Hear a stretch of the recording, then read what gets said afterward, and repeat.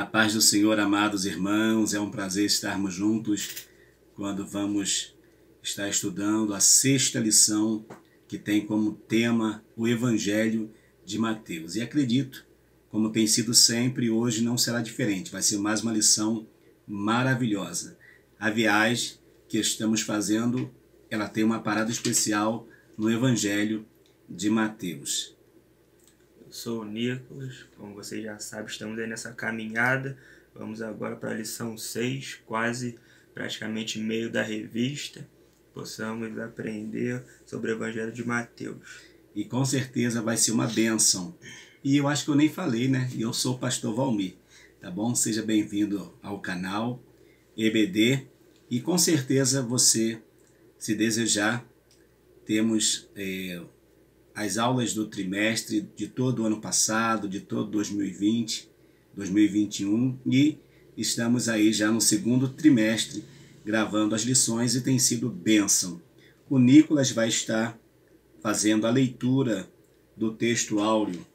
E percorria Jesus toda a Galiléia, ensinando nas suas sinagogas e pregando o evangelho do reino e curando todas as enfermidades e moléstias entre o povo. Mateus capítulo 4, versículo 23. Jesus então, ele andava pela Galiléia fazendo a obra que lhe fora determinado, para que ele desenvolvesse. E a nossa leitura bíblica em classe está em Mateus capítulo 5, dos versos 1 a 17, que tem tudo a ver com o sermão da bem-aventurança.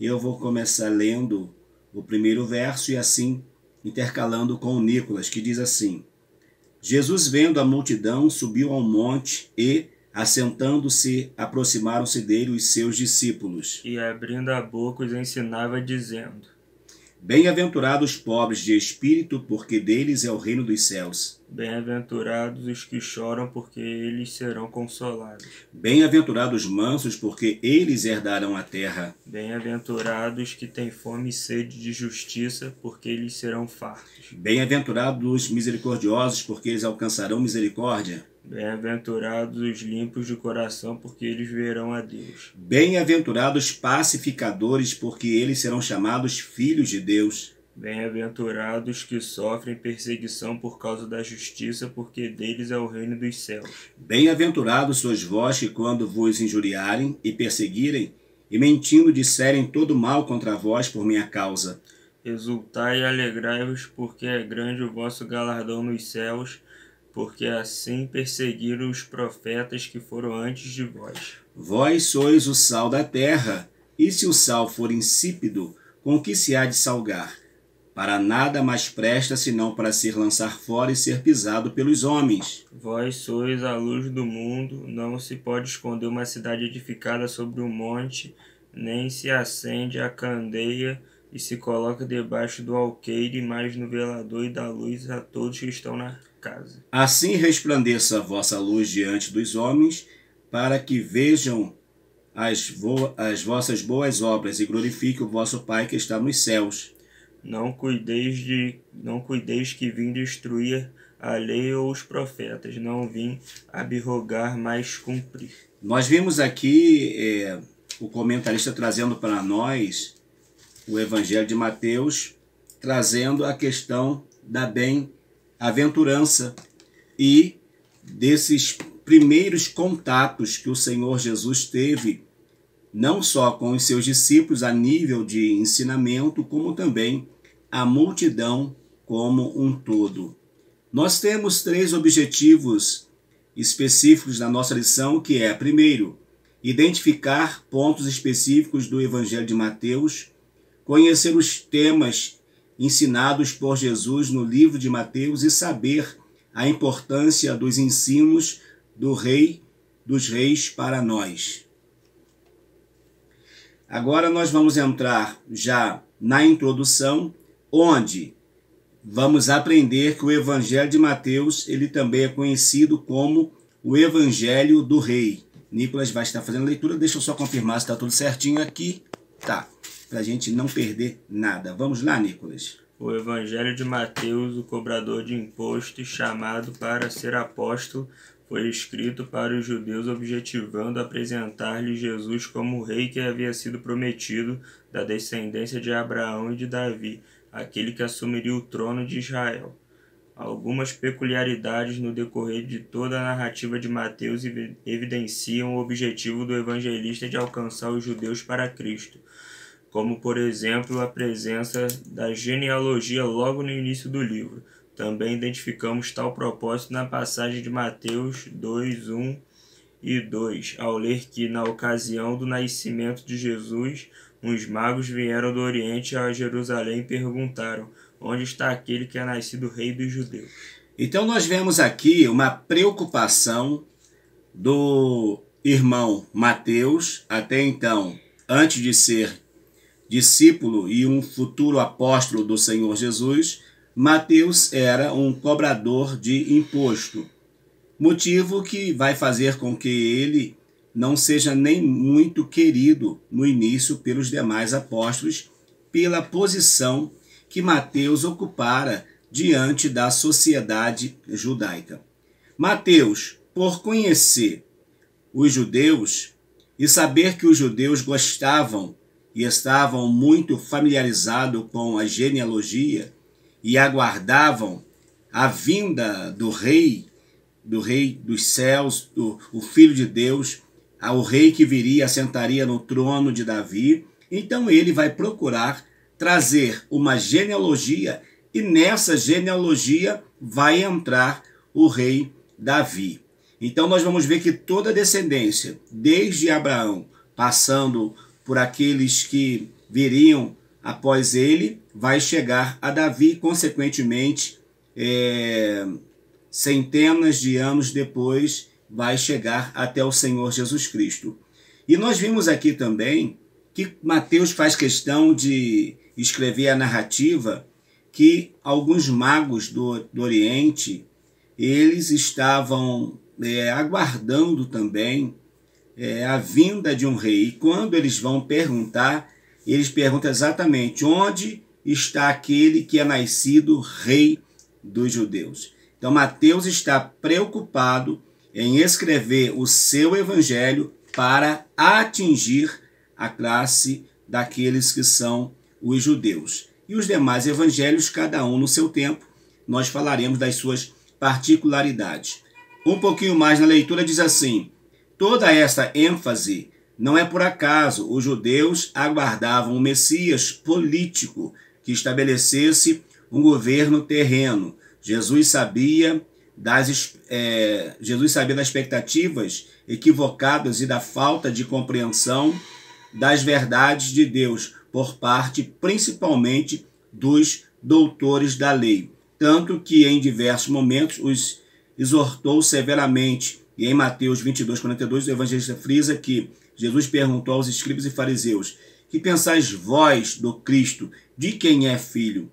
No mesmo versículo está a resposta deles: Davi, de fato, o Messias é da descendência de Davi, mas antes disso ele é o Filho de Deus. Então havia uma expectativa, até porque Israel havia vivido um tempo de guerra.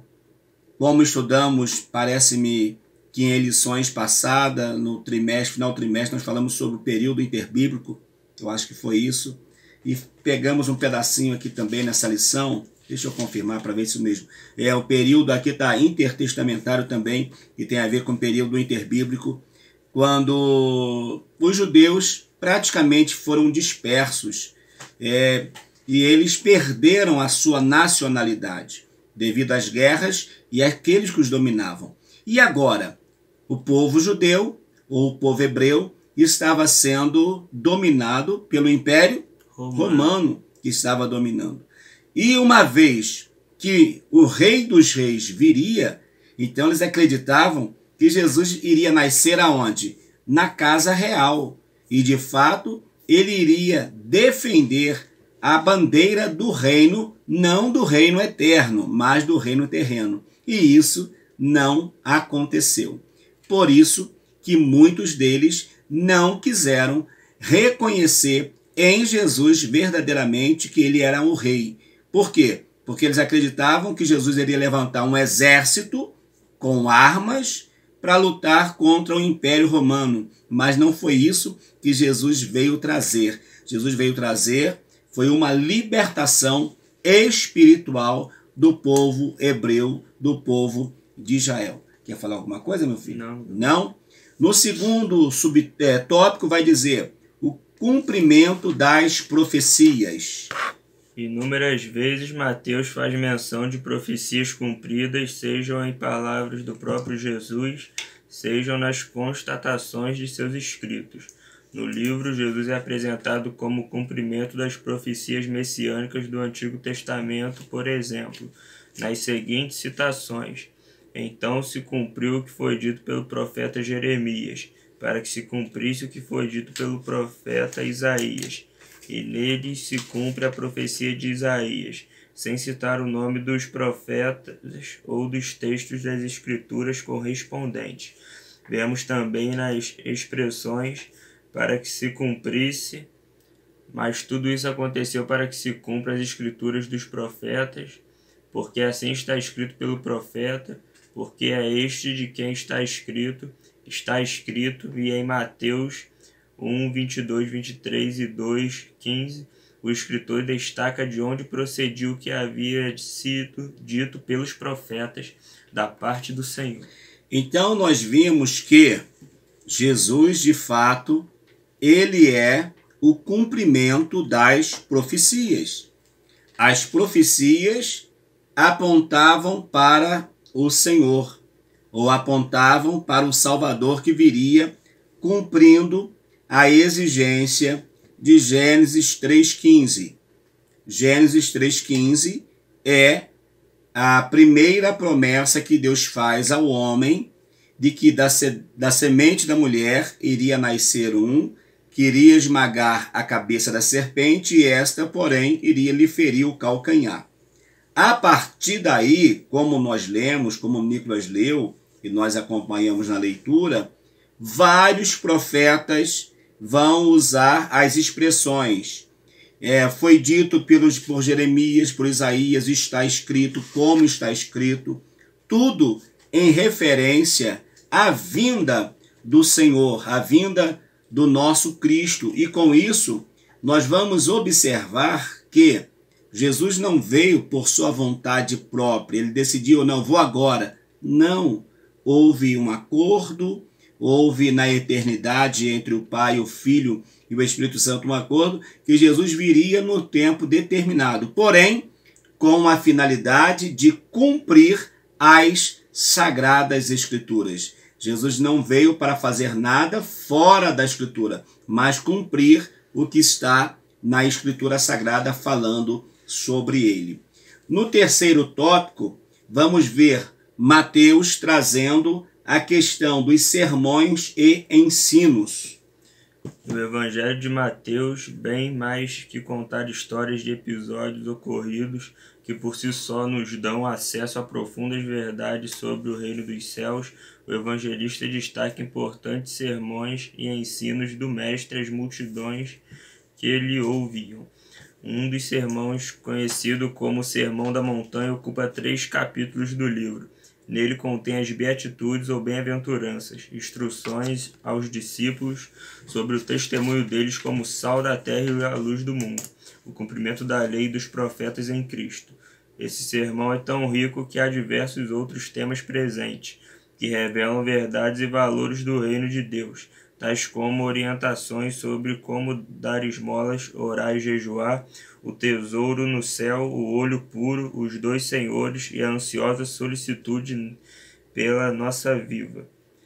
O hábito de julgar os outros, a bondade de Deus, os 2 caminhos, os falsos profetas, a entrada no reino dos céus, os 2 alicerces e a autoridade de Jesus. Então nós vemos que, como nós fizemos na leitura bíblica introdutória, Mateus ele vai trazer o sermão maravilhoso que é chamado Sermão do Monte ou Sermão da Montanha, quando ele traz nesses sermões as bem-aventuranças, que quer dizer, felicidades, sermão das felicidades, ou seja, bem-aventurado, felizes são aqueles que praticam o que Jesus está falando neste sermão da bem-aventurança. Agora, nós vamos ver e vamos analisar que, de fato, algumas coisas ali não é fácil de cumprir,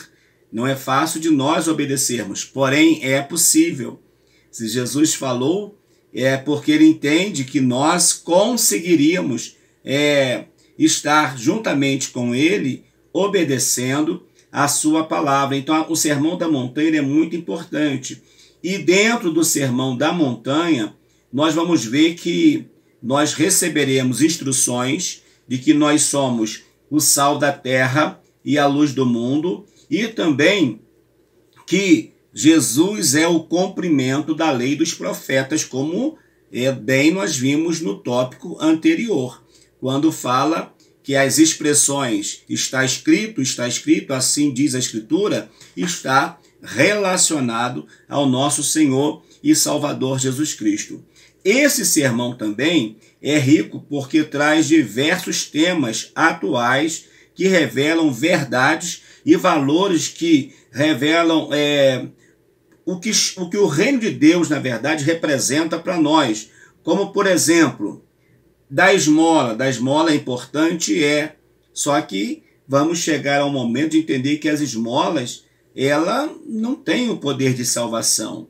Como devemos orar, como devemos jejuar, e isso tudo é importante. A questão de nós não nos prendermos às coisas da terra, mas ajuntarmos tesouro nos céus, aonde a traça não enferruja, ou a traça não consome, e a ferrugem não vai acabar com esse tesouro. E também em tempos em que nada tem segurança, então vai dizer que lá no céu o ladrão também nem mina e nem rouba. Então, outro texto ainda, Jesus vai falar sobre isso, e ele vai dizer que aonde estiver o seu tesouro, vai estar também o seu coração. E isso é muito importante. Então, Jesus vai nos ensinar de uma forma maravilhosa. Aí fala mais ainda a questão do olho, do olhar puro, né? Dos dois senhores e a ansiosa solicitude pela nossa vida. Aqui está a nossa viva, mas é nossa vida, na verdade. Quem não quer viver bem? Todo mundo quer viver bem. Quem não quer ganhar dinheiro? Olha, tem gente que quer ganhar dinheiro até sem trabalhar. Pensa que dinheiro dá em árvore. Não, não é assim.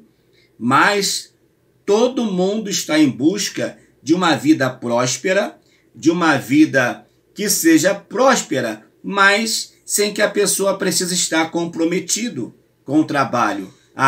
Isso aí não é bíblico. Não é assim que a Bíblia ensina. Mas a verdadeira prosperidade começa em você ter uma comunhão com Deus, você ter uma família abençoada, e você ter, não é para esbanjar, mas é você ter o suficiente, você ter aquilo que é importantíssimo para a sua vida. Eu vou ler aqui mais um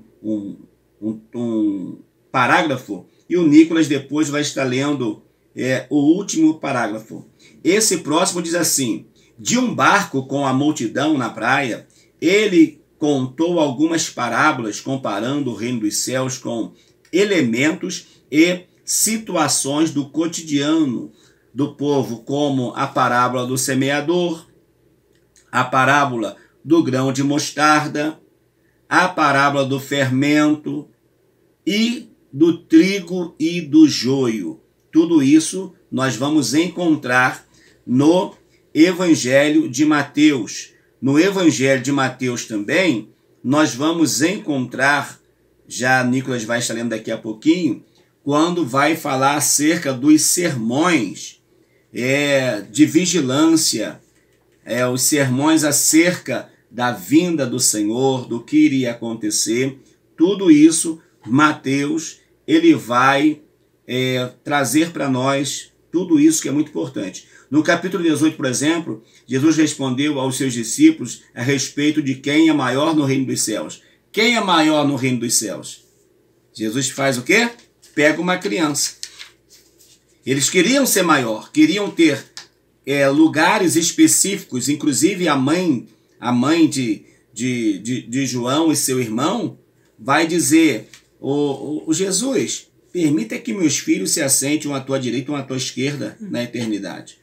Então Jesus aproveita para fazer essa aplicação. Quando as pessoas querem ser grandes, querem ser maiores, Jesus pega crianças e diz assim, olha, vem cá, se vocês querem ser grande, então seja como uma criança, seja humilde, seja simples, aí vocês alcançarão o que vocês estão precisando. Olha que ensinamento de Jesus formidável. No capítulo 20, o Senhor contou a parábola dos trabalhadores da vinha. Ainda os registros das parábolas dos dois filhos, que fala, um vai trabalhar e o outro diz que não. Depois inverte, um vai, o que disse que não ia vai, e o que disse que ia não foi. Olha que situação difícil, né? E os lavradores maus, que vai matar o filho. Aí Jesus pega pesado, né? Porque os lavradores maus, no caso aqui, não eram outros senão os religiosos. Queria matar quem? Ele mesmo. Ele mesmo. Iria matar Jesus. E já estava próximo disso acontecer. E agora, no último tópico, o Nicolas vai fazer essa leitura. No chamado sermão profético, os discípulos são instruídos por Jesus sobre os sinais que antecedem o fim, incluindo no ensino a grande tribulação. Vamos lá, grande tribulação.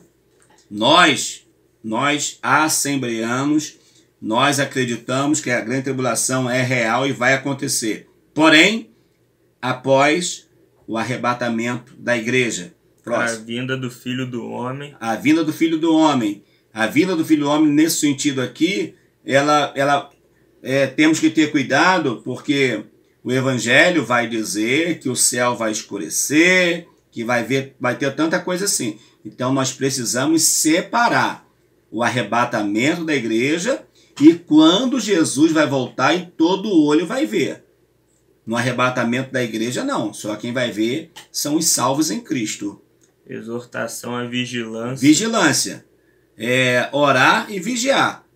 Porque precisamos estar em vigilância. Inclusive ele manda a gente até observar o que está acontecendo à nossa volta. A parábola dos dois servos. A parábola dos dois servos. Um vai ser levado e outro vai ser deixado. E aí? Eu quero ser que nós queremos ser levados, né, meu filho? Nada de ser deixado.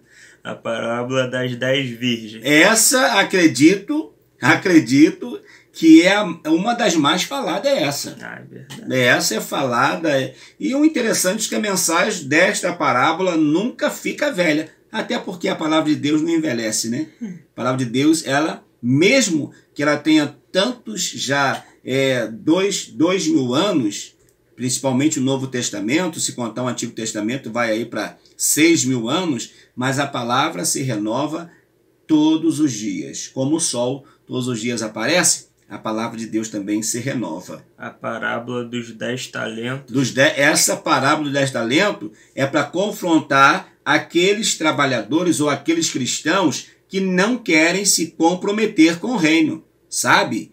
Tem cristãos que não querem se comprometer. Uns pegam o que recebe e multiplica, e outros que pegam porque às vezes ganhou ele cava, esconde e depois sabe o que acontece? Ele esquece até onde escondeu, de tanto que ele valorizava aquilo. Acabou esquecendo, acabou esquecendo onde estava. A vida é eterna e o castigo é eterno. Fechou.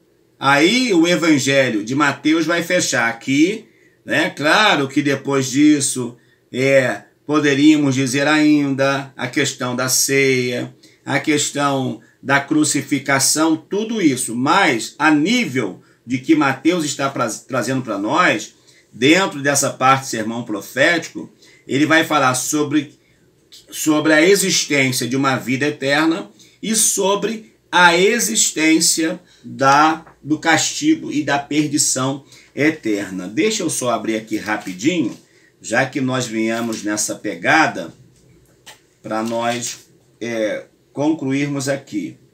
Então vai falar sobre o castigo eterno. Depois, os fariseus, no capítulo 26, vai tramar para poder prender Jesus. Jesus vai ter um jantar em Betânia. Judas vai fechar em trair Jesus. Versículo 17 de Mateus 26. Dali para frente vai falar da ceia, da Páscoa e da instituição da ceia. Pedro vai ser avisado quando Pedro fala, não, Senhor, tu não vai morrer não, eu vou contigo. Jesus fala, Pedro, antes que o galo cante, tu vai me negar. Aí Jesus vai para o Getsemane. Lá no Getsemane, Jesus vai suar gotas de sangue e lá ele vai fazer aquela oração mais difícil da sua vida. Quando ele vai dizer, Pai, se possível, passa de mim esse cálice. Mas todavia ele vai dizer, olha, não seja feito a tua, mas a minha vontade. Terminado esse momento de oração, Jesus é preso, Jesus vai perante o Sinédrio, Pedro vai negar Jesus. No capítulo 27, Mateus vai registrar o suicídio de Judas, vai também falar de Jesus perante Pilatos, vai falar sobre a crucificação, a sepultura de Jesus, capítulo 28, a ressurreição, capítulo 28 também vai dizer que os soldados ganham dinheiro, ficam ricos para poder mentir, que foram lá e roubaram o corpo de Jesus, e 28, 16 até o 20 são as últimas instruções que Mateus vai registrar, quando Jesus vai dizer assim, olha, versículo 18, por exemplo, e chegando Jesus falou-lhes dizendo, e é-me dado todo o poder aonde? No céu e na terra. E depois ele fala no 19, portanto, ide ensinar em todas as nações, batizando em nome do Pai, do Filho e do Espírito Santo. Versículo 20, ensinando-os a guardar todas as coisas que eu vos tenho mandado. E eis que eu estou convosco todos os dias, até a consumação dos séculos. Amém. Fechou Mateus. O Evangelho de Mateus vai encerrar com uma promessa maravilhosa do Senhor Jesus de estar conosco em toda a nossa trajetória, em todo o nosso caminhar. Antes da conclusão, eu já quero lhe convidar a comprar passagem. Para quê, pastor? Para que, Nicolas, comprar passagem? Para a nossa próxima viagem. A nossa próxima viagem para o dia 15 de maio, não esqueça.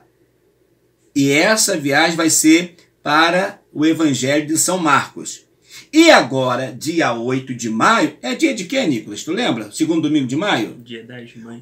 É dia das mães. Então, para você, professora que é mamãe, Deus te abençoe. Olha, você, aluno, fala que o pastor Valmir e o Nicolas mandou um abração para sua mamãe, para sua avó, para sua bisa, enfim, para todas as mães da sua família. E agora nós vamos concluir a nossa lição. Os princípios do reino dos céus ensinados por Jesus no Evangelho de Mateus são mais elevados que os princípios terrenos. Ele nos conclama, entre outras coisas, a perdoar nosso irmão, não apenas 7, mas até 70 vezes 7. Aí a ter uma justiça que exceda a dos escribas e fariseus, pois do contrário não entraremos no reino dos céus. A importância de aplicarmos todos os ensinamentos de Jesus ultrapassa o propósito de termos apenas uma vida confortável e sossegada aqui na terra. É determinante para a eternidade, portanto é vital que não sejamos apenas ouvintes, mas praticantes da palavra do Senhor em nosso dia a dia. Juvenil, não seja só ouvinte, seja praticante, né?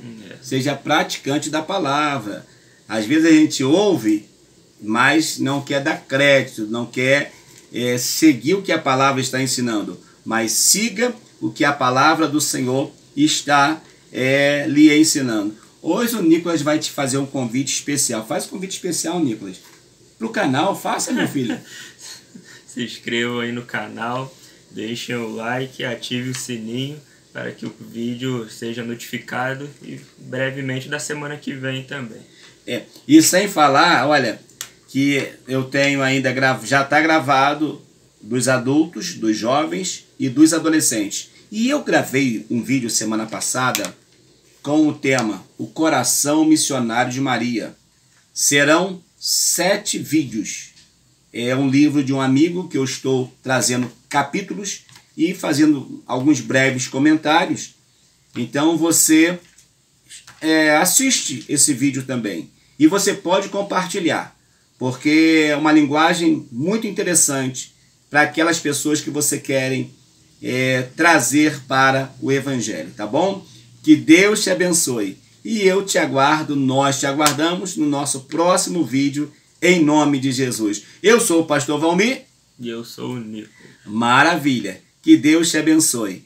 Você, sua casa e a sua família. E até o nosso próximo vídeo, em nome de Jesus. Um abraço.